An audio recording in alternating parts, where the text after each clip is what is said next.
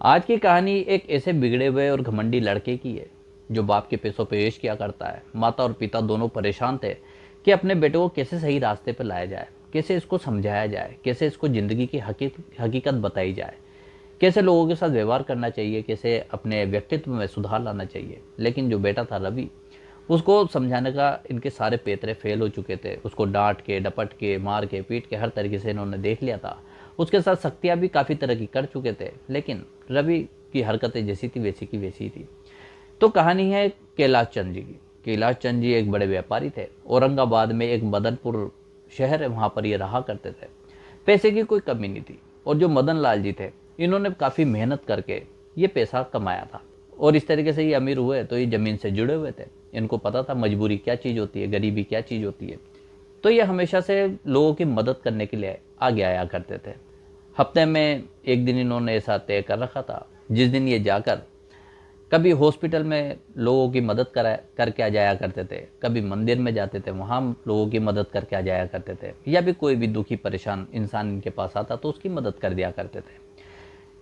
इनकी सोच थी कि इतना पैसा इनको ऊपर वाले ने दिया है और इस सारे पैसे को खुद के ऊपर ही इन्होंने खर्च करा, खुद ही इसका भोग करा, तो क्या ही फायदा। मानव सेवा सबसे बड़ी सेवा होती है। इस तरह से इनके संस्कार थे। लेकिन इनका बेटा जो रवि था, बिल्कुल इनके ऑपोजिट था। वो किसी को भी 1 रुपया देना पसंद नहीं करता था। यहाँ तक कि दूसरों की जेब से पैसा कैसे निकाला जाए, कैसे दूसरों को लूट लिया जाए, ठग लिया जाए, दूसरों को कैसे परेशान किया जाए, इस तरह की इसकी हरकतें थी। 26 साल का ये लड़का हो चुका था। अपने पिता के व्यापार में इनका ही साथ दिया करता था। हालांकि जो व्यापारी था, ये तो बहुत ही ज़्यादा उम्दा था। डील करने में इसका कोई मुकाबला नहीं था। लोगों से ज़्यादा से ज़्यादा काम कैसे निकलवाया जाए, कैसे उनसे ज़्यादा से ज़्यादा मुनाफा कमाया जाए, इन सब चीज़ों में ये बहुत ज़्यादा एक्सपर्ट था। लेकिन इंसानियत इसके व्यक्तित्व में नाम मात्र की भी नहीं थी। इसी चीज़ को देखकर जो कैलाश चंद जी बहुत ज़्यादा परेशान रहा करते थे। लेकिन यहाँ पर रवि को अब समझाया भी तो कैसे समझाएं। अब ये रवि की शादी कर देना चाहते थे कि हो सकता है शादी के बाद इसको थोड़ी समझ आ जाए। लेकिन कैलाश चंद जी सोचते थे कि अगर रवि के व्यवहार में अगर सुधार नहीं आया तो वो अगली लड़की की ज़िंदगी भी बर्बाद करके रख देगा। यहाँ पर जो रवि की सोच ये थी कि शादी तो वो उस लड़की से करेगा जो उसको मोटा दहेज देगी। शादी करेगा, एक बार ही करनी है, तो इसका भी भरपूर उसको फ़ायदा मिलना चाहिए। ये इसी तरह की बात अपने पिता से कहा करता था। पिता बहुत ज़्यादा दुखी। अब एक दिन इसी तरीके से जो कैलाश चंद जी है, ये रवि को कहते हैं कि बेटा मैं थोड़ा आज थका हुआ हूँ और मैं चाहता हूँ कि तुम मेरे साथ चलो, हम हॉस्पिटल में चलेंगे। और वहाँ जाने के बाद जो गरीब लोग हैं, जो इस तरह के मरीज हैं जिनके पास खर्चे नहीं है, खाने के भी पैसे नहीं, दवा दारू के पैसे नहीं, इलाज के पैसे नहीं, हम उनकी मदद करके आएंगे। रवि अपने पिता के ऊपर थोड़ा तमतमा जाता है। अपने पिता को कहता है कि आप इस तरीके से लोगों की मदद क्यों करते हैं। हमसे भी काफ़ी ज़्यादा पैसे वाले और अमीर लोग इस दुनिया में बसते हैं, वो इन लोगों की मदद कर दें। और इतने चैरिटेबल ट्रस्ट है और इतनी गवर्नमेंट ने सुविधा दे रखी है, तो लोग वहाँ जाके अपना इलाज क्यों नहीं करवाते हैं। क्या हमने सबका ठेका ले रखा है? हम कमा रहे हैं, दिन रात मेहनत कर रहे हैं, हमने इतना इन्वेस्टमेंट कर रखा है, तो क्या इन लोगों की मदद करने के लिए कर रखा है? आप इस सब चीज़ों को छोड़ दीजिए। कुछ नहीं रखा। लेकिन यहाँ जो कैलाश चंद जी है, रवि से एक बार कहते हैं और फिर खुद अकेले चल पड़ते हैं। रवि के उस दिन न जाने क्या दिमाग में आई, उसने कहा चलो देखते हैं कि पापा आखिर इस तरीके से लोगों की मदद क्यों करते हैं, इनको क्या मिलता है ऐसा।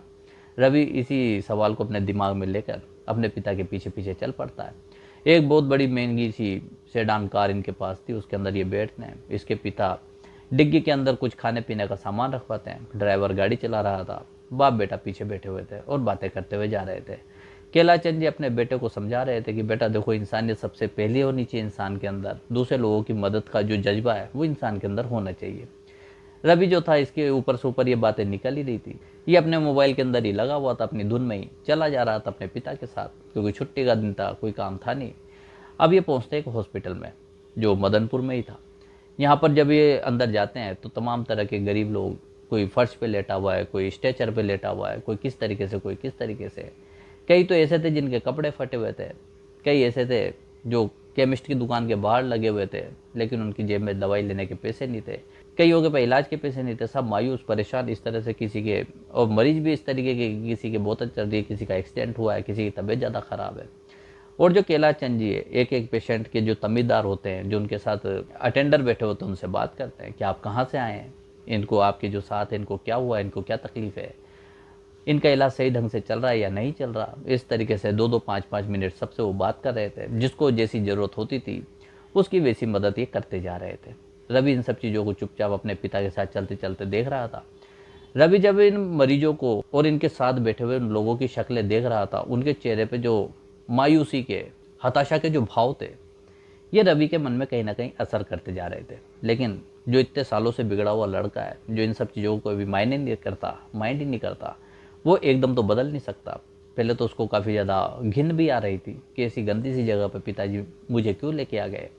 लेकिन जैसे जैसे आगे बढ़ते जा रहे, लोगों से बातें करते जा रहे, कि वैसे वैसे जो इनकी दुख दर्द की जो बातें रवि के कानों में पड़ती थी, तो रवि को वाकई विचार करने पर मजबूर होना पड़ा कि दुनिया में कितने दुख है, कितने दर्द है, लोग कैसी कैसी परिस्थितियों से अपनी ज़िंदगी में जी रहे हैं, कैसे कैसे हालातों से मुकाबला कर रहे हैं। इनकी ज़िंदगी की तो हर सुबह एक नई जंग लेके आ जाती है। यहाँ पर जो रवि था अपने पिता के साथ चल ही रहा था, तो ये भी लोगों से बात करने लगता है, क्योंकि टाइम पास का तो और कोई जरिया था नहीं वहाँ पे।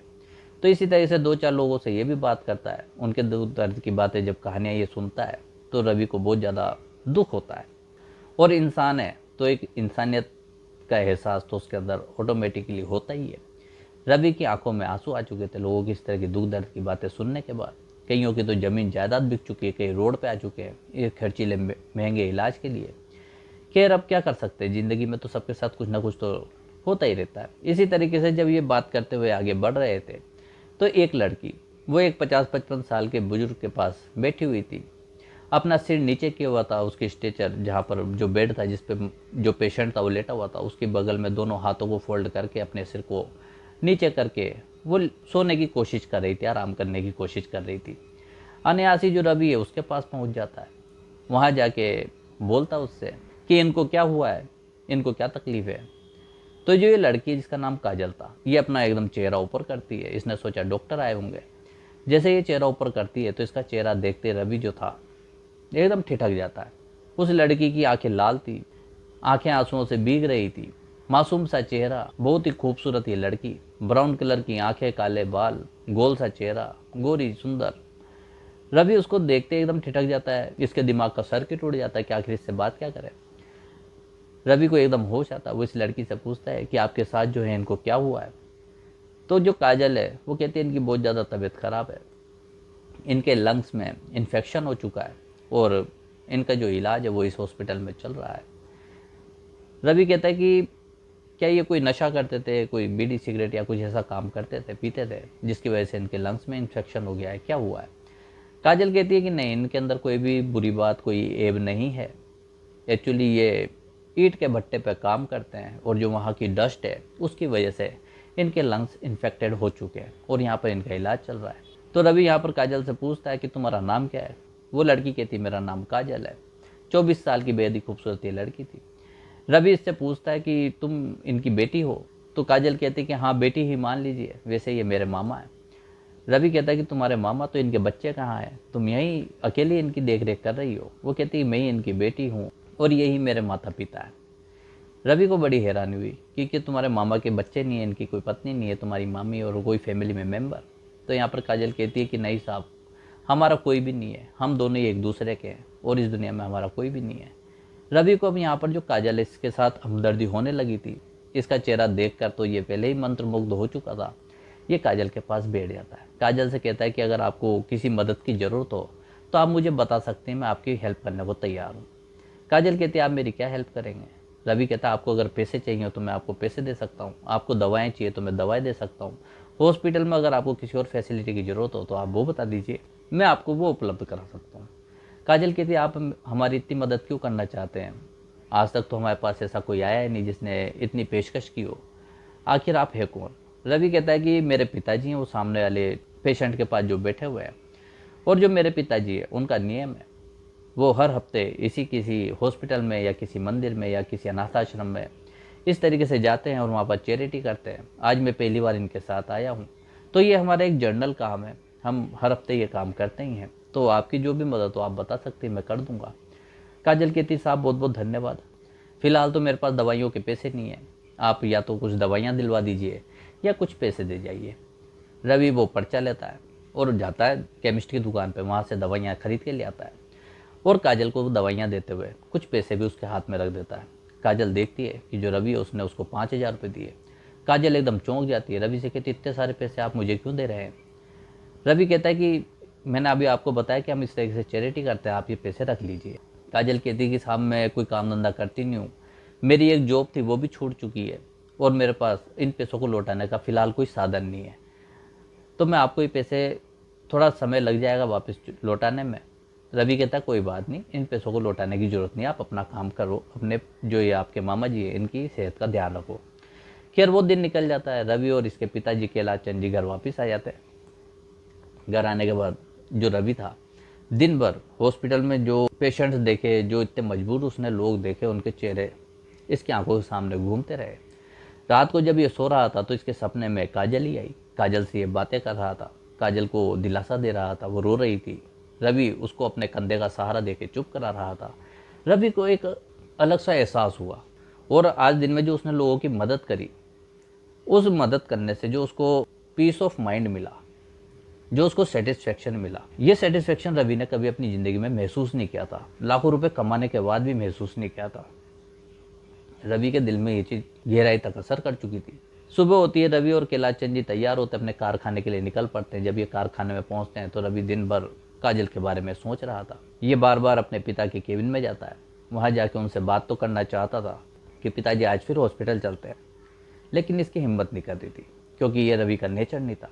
और अगर ये इस तरीके से इसके पिता से बोलता तो इसको बहुत अजीब सा लग रहा था। रवि खैर काफ़ी हिम्मत करता है लेकिन बोल नहीं पाता, ये वापस अपने केबिन में आके बैठ जाता है। शाम को जब कारखाना बंद करने का टाइम होता है, रवि के पिताजी बोलते कैलाश चंद जी की चलो रवि घर चलते हैं। तो रवि कहता है पापा आप चलें, मुझे थोड़ा काम है, मैं घंटे 2 घंटे बाद आता हूँ। कैलाश चंद जी घर के लिए निकल पड़ते हैं। रवि हॉस्पिटल चला जाता है। हॉस्पिटल जाने के बाद काजल के पास जाता है। काजल से फिर हालचाल पूछता है, उससे कहता है कि आपको कुछ और मदद हो तो बताएं। काजल कहती है आपका बहुत बहुत धन्यवाद, आपने जो कल मेरी मदद करी उससे जो मेरे मामा जी हैं इनकी काफ़ी सेहत में सुधार हो रहा है और डॉक्टर भी कह रहे हैं कि इसी तरह से अगर इनका इलाज चलता रहा तो ये बहुत जल्दी स्वस्थ हो जाएंगे और हमें छुट्टी मिल सकती है। रवि को बहुत ज़्यादा खुशी थी। काजल के चेहरे पे आज उसको एक अलग सी खुशी का एहसास हो रहा था। काजल भी बहुत ज़्यादा खुश थी, रवि के साथ बातें कर रही थी कि कोई तो है जो उसकी दिल की बात सुनने को इस दुनिया में है, उसके पास है। रवि काजल से पूछता कि आखिर तुम रहने वाली कहाँ की हो? तो यहाँ काजल कहती है कि वो औरंगाबाद में ही एक गाँव है, मदनपुर के पास में ही आज़ाद बीघा, वहाँ की रहने वाली है। रवि काजल से पूछता तुम्हारे माता पिता, तुम्हारे भाई बहन? तो यहाँ पर काजल कहती है कि उसके माता पिता का एक एक्सीडेंट में मौत हो चुकी थी। रवि कहता ओह मुझे बहुत ज़्यादा दुख है कि तुम्हारे माता पिता की मौत हो चुकी थी। काजल कहती हाँ उनकी मौत हो गई थी जब मैं 7-8 साल की थी और तब से ही मेरे मामा ने मुझे पाला है, पोसा है, बड़ा किया है। रवि कहता फिर तुम्हारे मामा की फैमिली? तो काजल कहती मेरे मामा ने कभी शादी नहीं की। रवि बात सुनता तो कहता तुम्हारे मामा ने शादी क्यों नहीं की? तो ये काजल यहाँ पर रवि को बताती है कि जब काजल 8 साल की थी तो जो काजल के माता पिता है अच्छे खासे पैसे वाले थे, काफ़ी खेती बाड़ी की इनके पास ज़मीन थी और इसके माता पिता का एक अच्छा धंधा भी था। घर में एक 4 व्हीलर थी और डबल मंजिल इनका मकान था। जो काजल के माता पिता है ये काजल के अच्छे से परवरिश कर ही रहे थे और इकलौती लड़की थी इनकी। और जो काजल के चाचा चाची है वो नीचे वाले फ्लोर में रहा करते थे। एक दिन ऐसे ही हुआ कि जो इसके माता पिता हैं वो किसी काम से शहर में गए हुए थे औरंगाबाद, और जब ये औरंगाबाद से वापस लौट रहे थे तो रास्ते में इनकी कार का एक्सीडेंट हुआ। जो काजल के माता पिता इन दोनों का देहांत हो गया। अब इसके माता पिता का देहांत हुआ, अंतिम संस्कार हो गया, दुख की लहर पूरे गांव में फैल चुकी थी। यहाँ पर जो चाचा चाची हैं उन्होंने काजल को अपने पास रखा, इसको पाला पोसा। 2 साल ही हुए थे। काजल जब 10 साल की हुई तो इसके चाचा चाची के एक बेटा हुआ, और जब बेटा हुआ तो इन्होंने काजल की तरफ ध्यान देना बंद कर दिया। धीरे धीरे जो चाची थी उसका जो व्यवहार था काजल के लिए खराब होता जा रहा था, बिगड़ता जा रहा था। खैर यहाँ पर जो काजल के माता पिता की जो भी प्रॉपर्टी थी, जो भी खेती बाड़ी की ज़मीन थी, जो भी उनका बिजनेस था, चाचा को मिल चुका था ऑटोमेटिकली काजल के माता पिता के मरने के बाद। अब यहाँ पर जब इतनी प्रॉपर्टी, इतना पैसा इनके पास आ गया तो इनमें घमंड भी आ गया। ये काजल के साथ बहुत सौतेला व्यवहार करने लगे। काजल को मारते पीटते, छोटी छोटी बातों पर डांटते। एक दिन इसके मामा रोशन काजल के ये इससे मिलने के लिए आए। जब रोशन इनसे मिलने के लिए आए तो यहाँ पर काजल से झाड़ू पोछा करवाया जा रहा था। इसकी बहुत बुरी कंडीशन थी। जैसे ही रोशन ने काजल की हालत देखी तो जो रोशन है काजल के चाचा से झगड़ पड़ते हैं कि तुम मेरी भांजी के साथ इतना बुरा सलूक कैसे कर सकते हो? आखिरकार जो भी प्रॉपर्टी की मालकिन है यही है, इसके माता पिता की जो वारिस है वो तो यही है, और तुम इसके साथ इस तरीके से सलूक कर रहे हो। ये सारी चीज़ें अब जब इस तरीके से बातें होती है तो जो काजल के चाचा चाची हैं वो रोशन को भी बहुत भला बुरा सुनाते हैं और कहते हैं अगर तुम्हें इसकी इतनी फिक्र है तो अपने साथ ले जाओ। यहाँ पर रोशन की अभी तक शादी नहीं हुई थी। जो रोशन था वो काजल को अपने साथ ले जाता है कि मैं तुम्हारे पास मेरी भांजी को रहने नहीं दूंगा, तुम इसके साथ इस तरीके से सलूक कर रहे हो। इसके अभी पढ़ने लिखने खेलने कूदने की उम्र है और तुमने इसको सारे घर के काम में लगाया हुआ है। और जो तुम हो घर की महिला, जो चाची थी काजल की, वो दिन भर पैर फैला के चौड़ी हो के आराम किया करती थी, काजल को ऑर्डर दिया करती थी। खैर रोशन काजल को अपने साथ ले जाता है अपने घर पे, वहाँ जाके इसको परवरिश करता है, इसको अच्छे से स्कूल में दाखिला करवाता है। रोशन खैर कोई खास अमीर परिवार से तो था नहीं, ये ईंट के भट्टे पे काम किया करता था, गरीब आदमी था। रोशन की शादी के काफ़ी रिश्ते आए, लेकिन जो रोशन था वो शादी करना नहीं चाहता था, क्योंकि उसने सोचा कि काजल की चाचा चाची ने जो काजल के साथ सलूक किया, कहीं कल को ऐसा ना हो कि रोशन शादी कर ले, फिर इसके भी बच्चे होंगे तो इसकी पत्नी काजल के साथ वही सलूक ना करे, तो काजल की ज़िंदगी तो फिर भी बर्बाद हो जाएगी। रोशन अपनी जिम्मेदारी काजल को मान चुका था और काजल को जो वो लेके आया था अपने साथ, तो ज़िंदगी की हर खुशियाँ इसको देना चाहता था। रोशन दिन रात मेहनत करता, जो भी पैसे कमा के लाता उससे काजल की परवरिश में लगा दिया करता था। काजल इस तरीके से 22-23 साल की हो चुकी थी, ये अपना कॉलेज पूरा कर चुकी थी और किसी जॉब में लग चुकी थी। अब जब काजल कमाने लगी तो घर की हालत काफ़ी अच्छी सुधार चुकी थी, घर के अंदर किसी भी चीज़ की कोई कमी नहीं थी, पक्का मकान बनवा चुकी थी, अपने मामा को कह चुकी थी अब आपको कोई काम करने की जरूरत नहीं है। मामा की उम्र भी यहाँ पर 50-55 साल के लगभग हो चुकी थी, लेकिन जो मामा था वो शुरू से मेहनती आदमी था, खुद की कमाई का पैसा खाना भी पसंद करता था, अपनी भांजी काजल से 1 रुपया भी लिया नहीं करता था। रोशन इसी तरीके से अपने कामों पे जाया करता था, लेकिन एक दिन अचानक उनकी तबीयत खराब होने लगी, फिर भी वो काम पे जाते, काजल उनकी बहुत सेवा करती। लेकिन धीरे धीरे जो रोशन है उसकी हालत और ज़्यादा ख़राब होने लगी और इनको यहाँ पर हॉस्पिटल में एडमिट करा दिया गया। जब हॉस्पिटल में एडमिट करा दिया तो अच्छे से अच्छा इलाज ये करवाना चाहते थे, किसी बड़े हॉस्पिटल में एडमिट कराया था प्राइवेट में। वहाँ पर जो 8-10 दिन का आईसीयू में जो खर्चा हुआ उसमें जो काजल की सेविंग्स थी वो सब लग चुकी थी। अब काजल के पास और पैसे नहीं थे, तो वहाँ पर थोड़ा बहुत तो हालत में सुधार हो ही चुका था रोशन की, तो वो वहाँ से डिस्चार्ज कर देते हैं। उसके बाद जो काजल है यहाँ पर ये गवर्नमेंट हॉस्पिटल के अंदर रोशन को एडमिट करा देती है। यहाँ पर अब काजल की जो जॉब थी ये जा नहीं रही थी, तो वहाँ से इसको निकाल दिया जाता है। काजल के पास कोई सेविंग नहीं थी, जो भी इसने पैसे थे वो सब लग ही चुके थे। अब यहाँ पर जो काजल है अपने मामा को सरकारी हॉस्पिटल में इलाज करवा रही थी, अब इलाज करा रही थी। अब इसके पास इतनी बुरी हालत थी कि इसके पास दवा लाने के पैसे नहीं थे, ये बहुत ज़्यादा परेशान। इसने जो भी चीज़ थी, जो इसने स्कूटी ली थी या जो छोटा मोटा आइटम अपने लिए बनाया था, अपना मोबाइल फ़ोन तक सब बेच दिया था अपने मामा के इलाज के लिए। अब काजल वहाँ पर बैठ के उस दिन रो रही थी, सोच रही थी अब क्या होगा, इसके मामा का इलाज कैसे होगा, कि तभी देवदूत बन के रवि इसके पास आ गया। रवि ने जो इसकी मदद की तो काजल को बहुत सहारा मिला। रवि ने जब काजल की पूरी कहानी सुनी तो इसकी आंखों में भी आंसू आ चुके थे कि आखिर कोई इंसान किसी इंसान के साथ इतना गलत व्यवहार कैसे कर सकता है। लेकिन यहाँ पर रवि को आंसू इस बात पे नहीं आए कि काजल की कहानी सुनी, रवि को आंसू इस चीज़ पे आया कि वो भी तो लोगों के साथ ऐसे ही सलूक करता आ रहा था, किसी दूसरे की मजबूरी को समझता ही नहीं था। अपना फ़ायदा उसको सबसे पहले नज़र आता था, दूसरे की जेब से ज़्यादा पैसे कैसे निकाल लिए जाए, दूसरों को कैसे धोखा दे दिया जाए, खुद का मुनाफा कैसे बढ़ाया जाए, वो इसी जुगाड़ में लगा रहता था। किसी भी कर्मचारी की एक दिन की छुट्टी के भी पैसे काट लिया करता था, कोई हाफ डे लेके जाता था तो उसके भी पैसे काट लिया करता था, चाहे किसी का बच्चा बीमार हो, चाहे किसी के माता पिता बीमार हो, उसको इन सब चीज़ों से कोई मतलब नहीं था, उसको तो सिर्फ अपना पैसा बचाना होता था। आज जो काजल की कहानी रवि ने सुनी तो इसको खुद के व्यवहार के ऊपर ही बहुत ज़्यादा गिल्टी फील हो रहा था। खैर रवि जो था उसकी आंखों में आंसू काजल जब देखती है तो अपनी चुन्नी से उसके आंसू पहुँचती है, कहती साहब आप काहे के लिए रोते हो। रवि कहता है कि बस ऐसे ही आपकी कहानी सुनी तो मुझे दुख हुआ, इसलिए मेरी आंखों में आंसू आ गए। खैर रवि सब वहाँ पर ज़्यादा देर बैठा नहीं गया, वो अपने घर की तरफ चल पड़ता है। घर जाता है, पहुँचता है तो वहाँ पर जो पिता है वो रवि को कहते हैं कि आओ बेटा फ्रेश हो लो और खाना खाते हैं। रवि कहता है आपने क्या अभी तक डिनर नहीं करा। वो कहते नहीं बेटा तुम्हारा इंतजार कर रहा था। रवि जैसे इसके पिता केला चंद जी के पास से गुजरता है तो हॉस्पिटल की जो स्मेल है वो कपड़ों में आई जाती है, तो उनको एकदम हॉस्पिटल की स्मेल आई, वहाँ की मेडिसिन की और इस तरह की स्मेल। तो केला चंद जी कहते हैं रवि क्या तुम हॉस्पिटल जाके आए हो। रवि कहता कि नहीं मैं तो अपने काम से गया हुआ था। कि नहीं नहीं तुम्हारे कपड़ों से हॉस्पिटल जैसी स्मेल आ रही है, तुम हॉस्पिटल गए थे। अब यहाँ पर जो रवि था ये ज़्यादा झूठ बोल नहीं पाया अपने पिता को, ये फ्रेश होने के लिए चला जाता है, नहा धो के फ्रेश होके आता है। ये डाइनिंग टेबल पे बैठ के डिनर कर रहे थे तो तो रवि के पिता रवि से बार बार कह रहे, उसको देख रहे गौर से। रवि बहुत उदास, मायूस सा धीरे धीरे एक एक निवाला ले रहा था, खा रहा था। वह अपने किसी विचारों में खोया हुआ, सोच में डूबा हुआ था। रवि की माँ किचन में काम कर रही थी, खाना बना रही थी। खैर यहाँ पर जो केला चंद जी है, उनको शक तो हो चुका था कि रवि उससे कुछ ना कुछ छुपा रहा है। इसी तरीके से जो अब दूसरा दिन होता है, केला चंद जी फिर रवि को जब बोलते हैं कि शाम होगी बेटा चलते हैं घर पे, तो रवि फिर भाई पापा अब जाओ, मैं थोड़ी देर में आता हूँ। केला चंद जी कहते हैं ठीक है। रवि फिर अपने ऑफिस से निकलता है और सीधे हॉस्पिटल पहुँच जाता है काजल के पास। काजल से फिर बात करता है।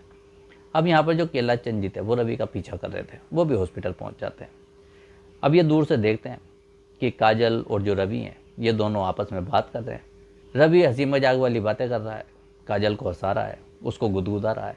काजल भी उसके साथ बहुत ज़्यादा हंसमुख और बिल्कुल एक दोस्त की तरह बातें कर रही है। ये दोनों इस तरह से एक दूसरे से बात कर रहे जैसे तो बहुत बचपन के या पुराने दोस्त हों। केला चंद जी जब इस चीज़ को देखते हैं तो मन ही मन मुस्कुराते हैं, वहाँ से वापस लौट जाते हैं, अपने घर पहुँच जाते हैं। अब यहाँ पर जो रवि था वो घर आ चुका था। अब यहाँ पर जब वो घर आ जाता है तो केला चंद जी फिर कहते हैं, रवि तुम्हारे कपड़ों से हॉस्पिटल की स्मेल आ रही है, तुम हॉस्पिटल गए थे। रवि मना करता है। अब उसके अगले दिन जो केला चंद जी रवि को कहता है कि बेटा आज मुझे घर पे कुछ काम है, तुम ऑफिस चले जाओ, मैं थोड़ी देर से आता हूँ। रवि ऑफिस चला जाता है।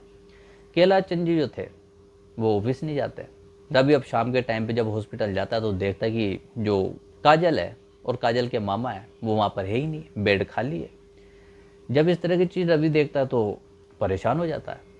वो नर्सिंग स्टाफ से पूछता है कि ये पेशेंट कहाँ गए, रोशन जी और इनके साथ जो लड़की थी काजल। तो वो कहते हैं कि उनको तो दिन में डिस्चार्ज कर दिया गया है, उन्होंने खुद नहीं डिस्चार्ज ले लिया है और यहाँ से वो दूसरे हॉस्पिटल में शिफ्ट हो गए हैं। रवि घबरा जाता है कि दूसरे हॉस्पिटल में कैसे शिफ्ट हो गए, उनकी क्या तबीयत ज़्यादा ख़राब हो गई है। कि नहीं नहीं, तबीयत में तो काफ़ी सुधार हो चुका था, लेकिन वो खुद ही चाहते थे कि वो किसी दूसरे हॉस्पिटल में इलाज कराएंगे, तो हमने उनको डिस्चार्ज कर दिया, यहाँ से छुट्टी दे दी। रवि घबरा जाता है। वो पूछते किस हॉस्पिटल में गए, वो कहते ये तो हमें पता नहीं है, हमने तो यहाँ से डिस्चार्ज लेटर लिख दिया था, अब वो कहाँ जाएंगे उनकी मर्जी है किस हॉस्पिटल में वो एडमिट कराएंगे। रवि बहुत ज़्यादा परेशान। काफ़ी सारे हॉस्पिटल्स में जो आसपास के थे छोटे मोटे, उनमें वो घूमता है, ढूंढता है, लेकिन कहीं भी न तो रोशन का पता लगता है और न ही काजल का। रवि वापस अपने घर आ जाता है। घर आता है तो यहाँ देखता है पिताजी फिर बैठे बैठे हुए। रवि को कहते क्या वो बेटा बहुत ज़्यादा परेशान हूँ, क्या कुछ गुम गया है या कोई नुकसान हो गया है। रवि कुछ कहता नहीं है, चुपचाप बैठा हुआ था। खैर यहाँ पर जो केला चंद जी वो रवि को कहता है कि बेटा कल हम ऑफिस नहीं चलेंगे, कहीं चलेंगे, किसी पार्टी से हमें डील करनी है और बहुत ही इंपॉर्टेंट ये डील है। दूसरे दिन रवि के पिता केला चंद जी और रवि की माँ आरती देवी ये कार में बैठ के निकल पड़ते हैं। अब जो केला चंद जी ये कार ड्राइव कर रहे थे, रवि को पास में बिठाया हुआ था और जो इनकी माँ थी आरती देवी पीछे वाली सीट पे बैठी हुई थी। केला चंद जी एक बड़े मल्टी स्पेशलिस्ट हॉस्पिटल के बाहर अपनी कार को रोकते हैं। वहाँ रोकने के बाद उस हॉस्पिटल में जाने को होते हैं। रवि कहता पापा आज इस हॉस्पिटल में हम क्यों आए, यहाँ पर कौन गरीब मिलेगा, यहाँ किसकी मदद करनी है। केला चंद जी कहते हैं यहाँ पर कोई मेरा बहुत घनिष्ठ और परिचित एडमिट है, हम उससे मिलने के लिए आए, उनका हालचाल पूछने के लिए, तो मैं चाहता हूँ कि तुम भी उनसे मिल लो। रवि चल पड़ता है कि चलो हॉस्पिटल आए गए हैं तो चलते हैं। अभी अंदर जाते हैं, हॉस्पिटल में जाते हैं तो वहाँ देखते हैं कि प्राइवेट रूम के अंदर रोशन है जो बेड पे लेटा हुआ है, काजल जो है पास में बैठी हुई है, नर्स जो है उनकी ड्रिप लगा रही है, इंजेक्शन वगैरह लगा रही है, उनकी दवाइयों का इंतजाम कर रही है। रवि जैसे उस कमरे में एंटर होता है, सामने काजल को बैठा देखता है तो इसकी खुशी का ठिकाना नहीं था। रवि के माता पिता तो अभी कमरे में एंटर होने को ही थे कि रवि दौड़ के उस कमरे के अंदर जाता है और काजल के पास जाके खड़ा हो जाता है। काजल भी रवि को देखती है तो बहुत ज़्यादा खुश होती है, वो भी अपनी जगह से खड़ी हो जाती है। काजल के चेहरे पे जो वो खुशी थी, जो उसके चेहरे पे संतुष्टि के भाव थे, वो देखने के बाद जो रवि है इसके चेहरे पे भी खुशी आ चुकी थी। काजल रवि का हाथ पकड़ती है और रवि से कहती है कि बहुत बहुत धन्यवाद आपको, आपने हमारी इतनी मदद करी। मैंने कभी सोचा भी नहीं था कि इतने महान और इतने नेक दिल इंसान भी इस दुनिया में हो सकते हैं। तुमने हमारे लिए इतना कुछ किया, मैं ये एहसान का बदला ज़िंदगी में कैसे चुका पाऊंगी। रवि कहता मैंने कुछ भी नहीं किया। काजल कहती तुम सब कुछ कह के कितनी जल्दी मुकर गए हो। तो यहाँ पर रवि के पिताजी जब कमरे में एंटर होते हैं तो काजल उनके पैर छूती है। रवि की माँ काजल को गले से लगा लेती है और यहाँ पर जो ये सब साथ में बैठते हैं तो यहाँ रोशन लाल को होश तो आ ही चुका था, वो भी बात करने की हालत में था। कमरे में खामोशी थी। कैलाश चंद जी रोशन का हाथ पकड़ते हैं, रोशन से कहते हैं कि भाई साहब हमें आपकी बेटी बहुत ज़्यादा पसंद है और हम चाहते हैं कि हमारे बेटे का रिश्ता आपकी बेटी से किया जाए, आपकी बेटी को हम हमारे घर की बहू बनाना चाहते हैं। रोशन लाल ये बात सुनता बहुत ज़्यादा खुश होता, अपने दोनों हाथ जोड़ के उनका धन्यवाद करना चाहता है। यहाँ पर जब काजल ये बात सुनती है तो एकदम शॉक्ड रह जाती, चौंक जाती है।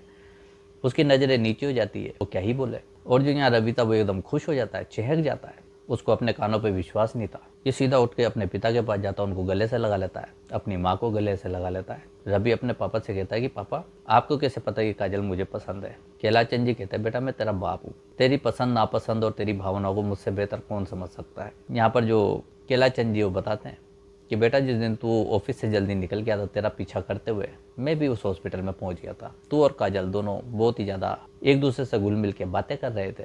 जब तुम दोनों रिश्ते से बातें कर रहे थे तो मैंने तुम्हें देखा। जब तुम्हें देखा तो मुझे थोड़ा सा लगा कि तुम इस लड़की को पसंद करते हो। मैं वापस आ गया। उसके बाद मैं तुम्हारे पर निगरानी रखने लगा। तुम्हारे मोबाइल फ़ोन को मैंने चेक करा तो उसके अंदर काजल की फ़ोटोज़ थी जो कि तुमने उसकी खींची होगी वहाँ पर हॉस्पिटल में। तो मुझे पूरा पक्का विश्वास हो गया कि तुम इस लड़की से प्यार करते हो और अगर तुम्हारी इससे शादी करवानी है तो यहाँ पर रोशन लाल का जल्दी से ठीक होना बहुत ज़्यादा ज़रूरी है, क्योंकि आखिरकार कन्यादान करने वाला तो शादी में मौजूद होना ही चाहिए। तो इसलिए तुम्हारी माँ आरती और मैं हम दोनों उस दिन हॉस्पिटल गए, हम काजल से मिले। तुम्हारी माँ को भी काजल बहुत पसंद आई। काजल से हमने उसकी सारी ज़िंदगी की कहानी सुनी तो उसने अपनी सारी बात बताई कि कैसे कैसे उसके माता पिता का एक्सीडेंट में मौत हो गई थी, चाचा ने उसके साथ क्या क्या और मामा ने उसको कैसे पाला। लड़की पढ़ी लिखी थी, समझदार थी, बस हालात और मजबूरी की मारी हुई थी। हमने इसकी मदद करी, इसको इस हॉस्पिटल में एडमिट कराया। यहाँ पर रोशन लाल का इलाज बहुत अच्छे से चल रहा है। 2-4 दिन में ये बिल्कुल स्वस्थ हो जाएंगे और हमें लगा कि यही सबसे अच्छा मौका है और यही सबसे अच्छी जगह है जहाँ पर हम तुम्हारी और काजल की शादी की बात कर सकते हैं। तो बेटा तुम्हें ये रिश्ता मंजूर है। रवि कहता पापा आज आपने मेरी ज़िंदगी का सबसे खूबसूरत और सबसे इम्पोर्टेंट गिफ्ट मुझे दिया है। यहाँ पे काजल से पूछा जाता है कि काजल क्या आपको हमारा बेटा रवि पसंद है, क्या तुम इससे शादी करना चाहती हो। काजल क्या ही कहती। काजल उठती है और अपने मामा रोशन के गले लग जाती है। खैर यहाँ पर इनकी तय पाई हो चुकी थी। 2-4 दिन में रोशन लाल जो है उनकी तबीयत ठीक हो जाती है और साल 2019 में फरवरी में काजल और रवि की धूमधाम से शादी करवाई जाती है। जब इन दोनों की शादी हो जाती है तो यहाँ पर रोशन के उस पुराने छोटे से घर से काजल की विदाई होती है। काजल अपने मामा से दूर नहीं जाना चाहती थी, बार बार उससे लिपट के रो रही थी। खैर यहाँ पर जब काजल की विदाई होने लगती है तो रवि रोशन के पास जाता है। रोशन से कहता है कि मामा जी अब आपको यहाँ पर रहने की ज़रूरत नहीं है, आप हमारे साथ चलेंगे। रोशन कहता है कि नहीं, मैं अपनी बेटी के घर जाके क्या ही करूँगा। रवि कहता है कि नहीं, आज के बाद से आप हमारे साथ रहेंगे।